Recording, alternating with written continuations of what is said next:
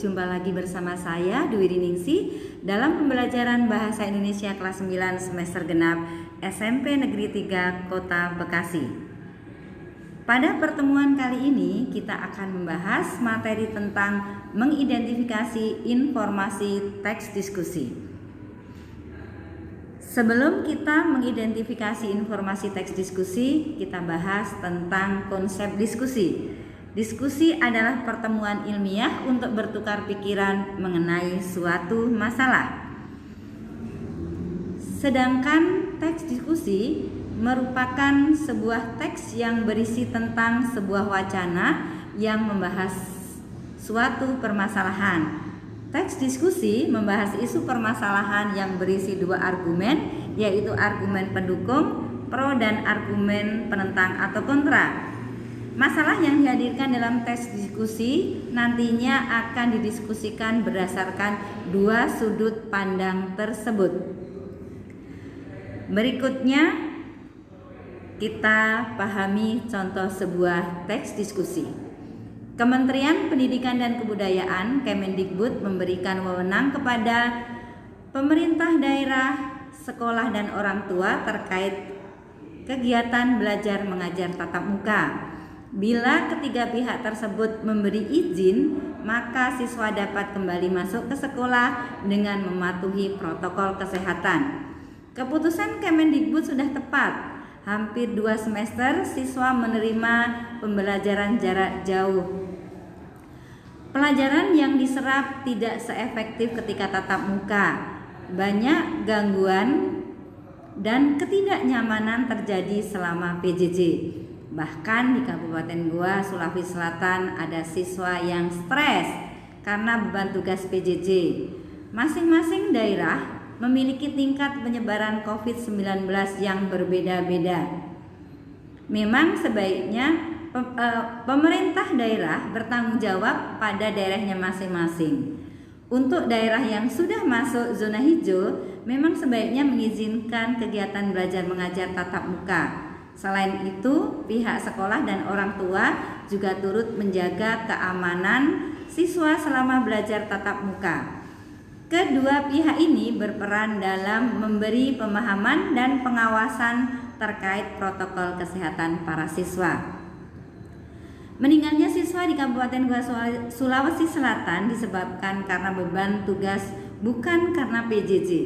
Kejadian tersebut harusnya menjadi evaluasi bagaimana menjalankan PJJ dengan tepat dan seimbang untuk kesehatan mental siswa, bukan malah serta-merta menghentikan PJJ.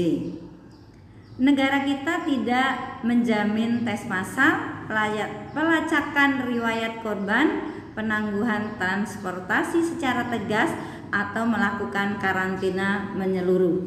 Meski sudah masuk zona hijau dan mengikuti protokol kesehatan, tetapi risiko penyebaran di klaster sekolah sangat besar. Ada relasi kuasa antara pemerintah daerah, sekolah, dan orang tua. Tidak dapat dipungkiri, orang tua dihadapkan dengan pilihan efektivitas pembelajaran atau keselamatan dan kenyamanan siswa. Padahal keduanya dapat berjalan beriringan. Kemendikbud harusnya merumuskan PJJ yang tidak menjadi beban mental siswa selama COVID-19 masih ada. Kemendikbud memberikan izin sekolah tatap muka dengan beberapa syarat. Beban tugas PJJ selama pandemi tidak mengganggu kesehatan mental siswa. Kemendikbud perlu merumuskan kurikulum PJJ yang ramah terhadap kesehatan mental siswa. Nah, untuk mengidentifikasi teks tersebut, mari kita coba menjawab pertanyaan-pertanyaan berikut. Yang pertama, apa masalah yang didiskusikan pada teks tersebut? Mengapa masalah tersebut menarik untuk didiskusikan? Pertanyaan ketiga, apa pendapat yang pro dengan pembelajaran tatap muka? Lalu pertanyaan kelima, apa alasan yang kontra dengan pembelajaran tatap muka? Berikutnya, apa simpulan penulis terhadap pendapat yang pro dan kontra tentang pembelajaran tatap muka? Nah, yang terakhir, mengapa teks tersebut dikategorikan sebagai teks diskusi? Nah, dari teks tersebut kita dapat memperoleh jawaban bahwa masalah yang dibahas dalam teks tersebut adalah Kemendikbud memberi wewenang kepada Pemda, sekolah dan orang tua untuk memutuskan pembelajaran tatap muka. Hal ini sangat menarik karena memang masalah ini sedang menjadi pembahasan dalam dunia pendidikan. Nah, jawaban kedua, pendapat yang pro mengatakan bahwa keputusan Kemendikbud sudah tepat. Sedangkan pertanyaan yang berikutnya, alasan yang kontra adalah beban PJJ terlalu berat dan risiko klaster baru di sekolah sangat besar. Lalu jawaban yang kelima, Kemendikbud memberikan izin kegiatan pembelajaran tatap muka dengan mematuhi protokol kesehatan. Nah, dengan demikian, teks tersebut dapat dikategorikan sebagai teks diskusi karena sudah mengulas permasalahan dengan disertai argumen. Oke, kita akan menyimpulkan pembelajaran kita hari ini. Yang pertama, teks diskusi adalah teks yang mengulas sebuah isu atau permasalahan disertai dengan argumen atau pendapat yang baik, yang mendukung atau pro maupun yang menentang atau kontra.